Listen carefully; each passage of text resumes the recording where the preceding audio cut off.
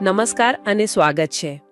આજે આપણે યોગ વાસિષ્ઠના ઊંડા દાર્શનિક વિચારોમાં ડૂબકી મારી રહ્યા છીએ, ખાસ કરીને પુસ્તક 1ના અધ્યાય 21થી 26.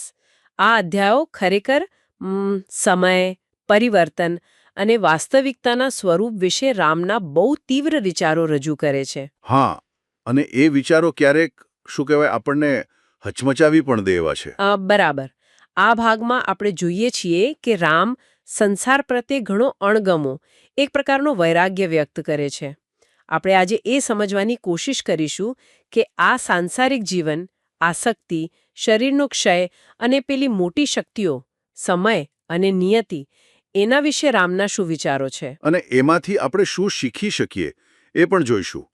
આપણી ચર્ચાનો આધાર છે યોગ વાસિષ્ઠના મૂળ અધ્યાયો અને કેટલાક વિશ્લેષણાત્મક લખાણો. હા, અને શરૂ કરતા પહેલા એક વાત કહી દઉં કે આ લખાણોની ભાષા ખૂબ સીધી છે, ક્યારેક આઘાતજનક પણ લાગે, જેમ કે સ્ત્રીઓ કે વૃદ્ધાવસ્થાની ટીકા. ખરું, એ સમજવું જરૂરી છે કે એનો સંદર્ભ શું છે.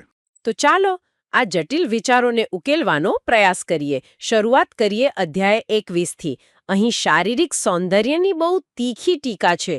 રામ સ્ત્રી શરીરને માંસની મૂર્તિ કહે છે અને અંતે તો સ્મશાનમાં કૂતરાઓ માટે ખોરાકનો પિંડ.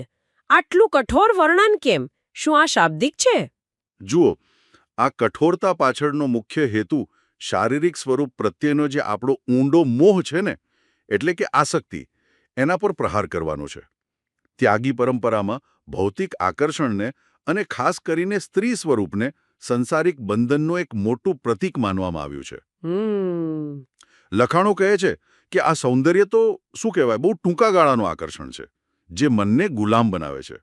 રામનો મુદ્દો એ છે કે શરીર ભલે ગમે તેટલું સુંદર હોય, એ અનિત્ય છે અને એના પ્રત્યેની આસક્તિ આપણને દુઃખ તરફ જ લઈ જાય છે. એટલે અહીં મુદ્દો સ્ત્રી દ્વેષનો નથી એમ, પણ કોઈ પણ શારીરિક મોહ પર પ્રહાર છે. અને પેલી વાત પણ આવે છે ને કે પત્નીનો ત્યાગ એ સંસારનો ત્યાગ. બરાબર. અને સીધે સીધું સ્ત્રી વિરોધી સમજવું એ કદાચ ભૂલ ભરેલું છે. જેમ અમુક વિશ્લેષણો કહે છે, આ તો વિષયાસક્ત આનંદ પ્રત્યે તપસ્વીનો તિરસ્કાર બતાવે છે. ઘણી વૈરાગ્ય પ્રધાન પરંપરાઓમાં આવું જોવા મળે છે.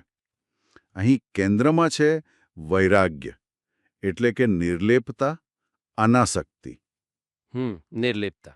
હા, સ્ત્રીઓને પાપની જ્વાળાઓ કે ઝેરી વેલ જેવી ઉપમાઓ પણ વપરાય છે.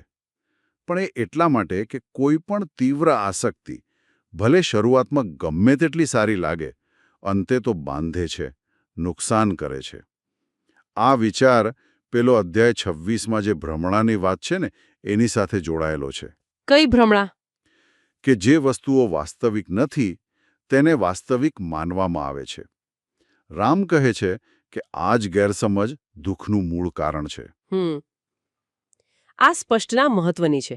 એટલે આ ખાલી શરીર નાશવંત છે એની વાત નથી, પણ એના માટે આપણી માનસિક પકડ કેટલી મજબૂત અને ખોટી હોઈ શકે એની વાત છે. આ જ વિચાર કદાચ વૃદ્ધાવસ્થાના વર્ણનમાં પણ દેખાય છે ને, અધ્યાય 22માં. હા, બિલકુલ. રામ વૃદ્ધાવસ્થાનો પણ એટલું જ શું કહેવાય નિરાશાજનક ચિત્ર આપે છે. કમળના તળાવને થીજવી દેતા હિમ જેવી કે છે, શરીરરૂપી વૃક્ષ પર ચીસો પાડતા બગલા જેવી, અને વૃદ્ધ વ્યક્તિને તો નકામા પશુ જેવો ગણાવે છે. આટલી બધી નકારાત્મકતા કેમ? અહીં વૃદ્ધાવસ્થાને અનિવાર્ય શારીરિક ક્ષયના એકદમ સ્પષ્ટ ઉદાહરણ તરીકે રજૂ કરી છે અને યુવાની સાથે જે આપણે ચોંટી રહીએ છીએ એની નિરર્થકતા પણ બતાવી છે. જેમ એક વિશ્લેષણમાં કહ્યું છે, આ વૃદ્ધત્વની અનિવાર્યતા અને યુવાની સાથે ચોંટી રહેવાની મૂર્ખતા પર પ્રકાશ પાડે છે. આનો હેતુ આપણને નિરાશ કરવાનો નથી, પણ આધ્યાત્મિક રીતે જગાડવાનો છે. એક શક્તિશાળી આહ્વાન છે. લખાણો એમ સૂચવે છે કે વૃદ્ધત્વને આધ્યાત્મિક વિકાસ પર ધ્યાન કેન્દ્રિત કરવા માટેના રિમાઇન્ડર તરીકે જુઓ. એટલે એક જાતની શોક ટ્રીટમેન્ટ જેવું, જેથી આપણે વાસ્તવિકતાનો સામનો કરીએ. હા, કહી શકાય. અને પેલો વિરોધાભાસ પણ બતાવ્યો છે. યુવાનીની ઈચ્છાઓ તો રહી ગઈ હોય, પણ વૃદ્ધાવસ્થામાં શરીર સાથ ના આપે. આનંદ માટે અતૃપ્ત ઈચ્છા હોય, પણ શક્તિ ના હોય. અને પેલું મૃત્યુનું માનવીકરણ પણ છે, જેમ કે વૃદ્ધાવસ્થાને મૃત્યુના રાજાનો ધ્વજવાહક કહી. હા, એ કલ્પના તો બહુ જોરદાર છે. મૃત્યુના રાજાનો ધ્વજવાહક, જે તેના પહેલા સફેદ વાળના પંખા લહેરાવે છે અને પાછળ રોગો અને મુશ્કેલીઓની સેના લાવે છે. આ બધું એ જ મૂળ વિચારને પાક્કો કરે છે કે બધું જ શક્તિ, સૌંદર્ય, યુવાની બધું જ ક્ષણભંગુર છે, ટેમ્પરરી છે.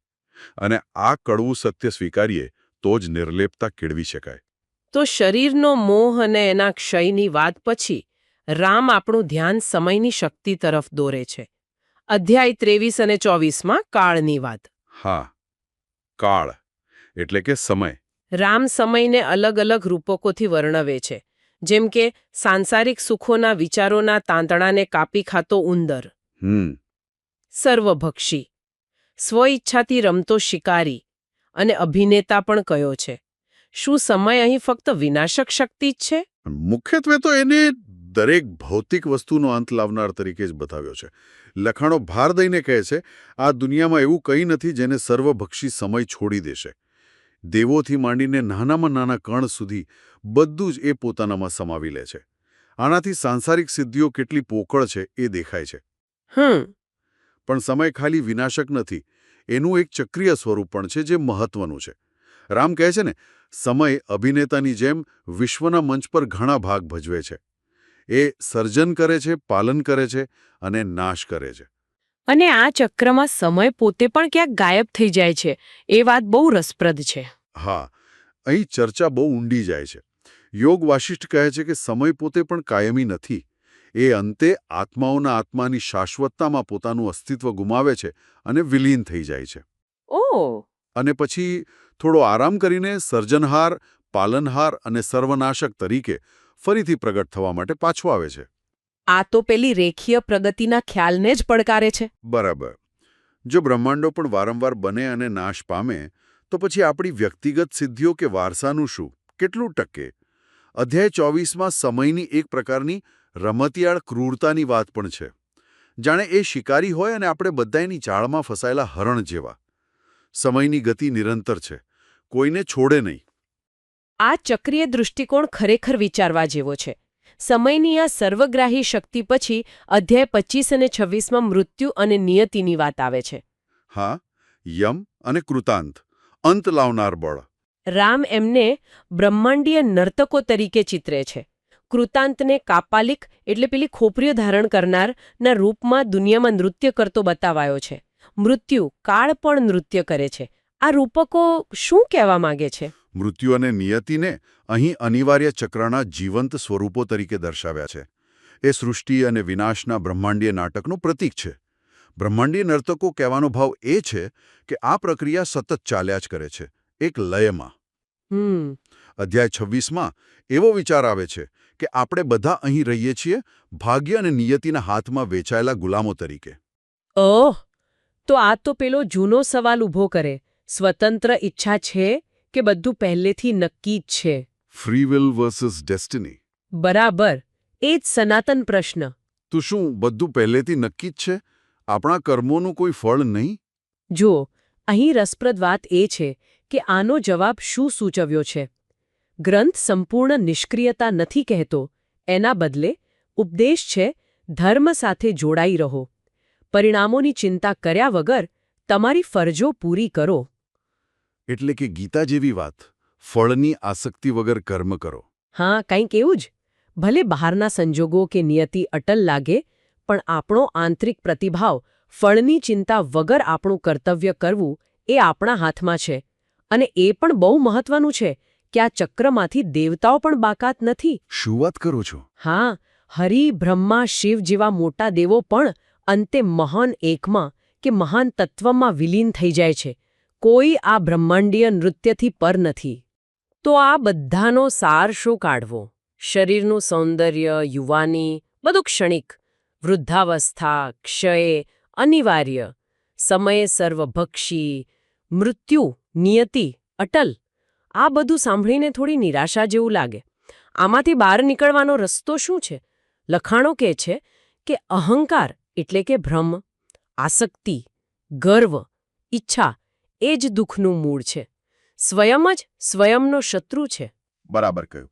અને માર્ગ છે વિચાર. એટલે કે ઊંડી પૂછપરછ અને ચિંતન એના દ્વારા આ ભ્રમણા પર જીત મેળવવી. રામ આ અધ્યાયોમાં જે કરી રહ્યા છે આ કડવા સત્યોનું વર્ણન એ પોતે જ આ વિચાર પ્રક્રિયાનું ઉદાહરણ છે. એ દુઃખ, અનિત્યતા, સમય, ભાગ્ય, સાંસારિક ધ્યેયોની નિરર્થકતા પર ઊંડું મનોમંથન કરી રહ્યા છે. આ ખાલી નિરાશાવાદ નથી, પણ વાસ્તવિકતાને સમજવાનો પ્રયાસ છે. એટલે ખાલી સાંભળવું કે વાંચવું પૂરતું નથી. આ સત્યો પર ઊંડાણપૂર્વક વિચાર કરવો પડે. એનું શું કહેવાય, આંતરિક પરીક્ષણ કરવું પડે. હા, એ જ મુખ્ય વાત છે. આ ગ્રંથો બૌદ્ધિક પૂછપરછ, વિચારને બહુ મહત્વ આપે છે. આધ્યાત્મિક અનુભૂતિ માટે કેન્દ્રમાં છે.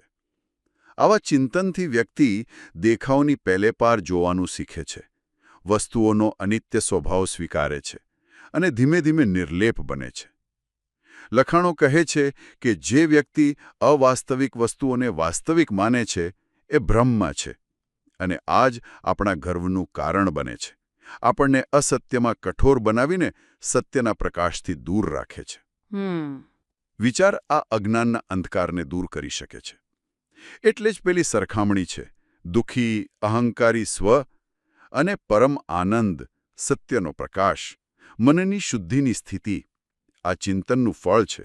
આ સિદ્ધાંતો આજના જીવનમાં કેવી રીતે લાગુ પડે? શું આ ખાલી જૂના ગ્રંથોની ફિલોસોફી છે કે આજકાલ પણ કામ લાગે? અરે, આની આધુનિક પ્રસ્તુતતા તો બહુ ઊંડી છે. દાખલા તરીકે પેલી શારીરિક સૌંદર્ય, યુવાની, શક્તિની ક્ષણિકતાની વાત.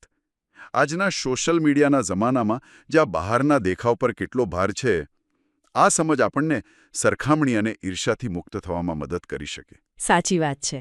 આપણને બાહ્ય દેખાવ કરતાં આંતરિક ગુણો અને વિકાસ પર વધુ ધ્યાન આપવા પ્રેરે. બીજું, પેલી ક્ષણિક આનંદ અને ભૌતિક સંપત્તિ પાછળ દોડવાની વૃત્તિ. એના બદલે જ્ઞાન, સમજણ, અર્થપૂર્ણ અનુભવોને પ્રાથમિકતા આપવી. ત્રીજું, મૃત્યુની અનિવાર્યતાનો સ્વીકાર. એ થોડું ડરામણું લાગે. હા, લાગે. પણ આ સ્વીકાર આપણને જીવનને વધુ સભાનપણે જીવવા માટે પ્રેરિત કરી શકે છે. આપણા સંબંધો સુધારવા, આપણી પ્રાથમિકતાઓ નક્કી કરવા, ખરેખર શું મહત્વનું છે એના પર ધ્યાન આપવા. આ બધી બાબતો, મતલબ કે અનિત્યતા, સમય, ઈચ્છા વિશેની આ દાર્શનિક સમજ જો ઉતારીએ તો આજના જીવનમાં પણ શાંતિ અને સ્પષ્ટતા લાવી શકે છે. ખૂબ સરસ રીતે આધુનિક સંદર્ભ સાથે જોડ્યું. તો સારાંશમાં કહીએ તો યોગ વાસિષ્ઠના આ અધ્યાયો એક જોરદાર સંદેશ આપે છે કે આ સંસારિક અસ્તિત્વ ક્ષણભંગુર છે, એના પ્રત્યેની આસક્તિ દુઃખ તરફ લઈ જાય છે, સમય અને મૃત્યુ અટળ છે, પણ આ સત્યોની ઊંડી સમજ અને એના પર ચિંતન કરવાથી જાગૃતિ અને નિર્લિપ્તતા કેળવી શકાય છે, અને એ જ શાંતિ અને મુક્તિનો માર્ગ ખોલી શકે. બરાબર. મુખ્ય બોધપાઠ સ્પષ્ટ છે: અનિત્યતાનો સ્વીકાર, નિર્લિપ્તતા અને ક્ષણિકને બદલે શાશ્વત પર ધ્યાન. એકદમ બરાબર. અને અંતે એક વિચાર મૂકીને જઈએ. આખી ચર્ચા એક પરમ વાસ્તવિકતા તરફ ઇશારો કરે છે, જેને ગ્રંથ આત્માઓનો આત્મા કે મહાન તત્વ કહે છે. આ તત્વ સમય અને સ્વરૂપથી પર છે, છતાં બધે જ છે. આપણે જોયું એમ, સમય પોતે પણ અંતે આ આત્માઓના આત્માની શાશ્વતતામાં વિલીન થઈ જાય છે. આ મહાન એકને દરેકના હૃદયમાં વસ્તુ અસ્તિત્વ પણ કહ્યું છે, જે તેના વાસ્તવિક સ્વરૂપમાં અશ્રાવ્ય, અકથ્ય, અદૃશ્ય અને અજાણ છે. તો પ્રશ્ન એ છે કે જે મૂળભૂત રીતે અજાણ છે, છતાં બધાનો સ્ત્રોત છે, એની સાથે જોડાણ શોધવાનો પ્રયાસ કરવો, એનો અર્થ શું હોઈ શકે?